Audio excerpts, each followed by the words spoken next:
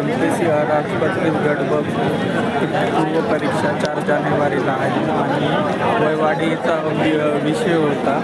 त्यामुळे वयवाढीसाठी खूप जणांना पत्र पाठवून मुलांनी आवाहन केले होते.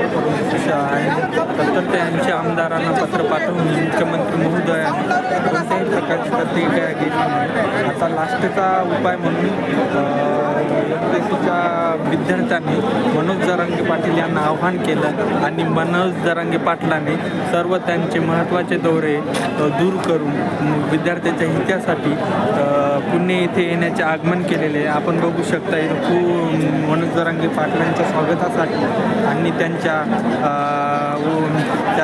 त्यांच्या मार्गदर्शनाखाली खूप मोठ्या प्रमाणे इथे विद्यार्थी मोठ्या संख्येने जमलेले आहेत. आपण बघू शकता हा झेड ब्रिज आहे. झेड ब्रिजच्या नदीपात्रात इथं आंदोलन होणार आहे.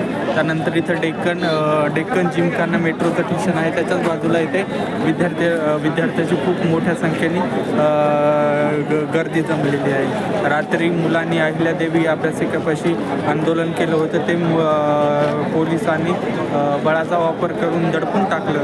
त्यानंतर ही मुले इथे मोठ्या संख्येने उपस्थित राहिले. बघू शकता झेड ब्रिजवरून विद्यार्थी आशेची आशा करून डोळ्यात तेल घालून मनोज जरांगे पाटलांची वाट बघताना दिसत आहेत.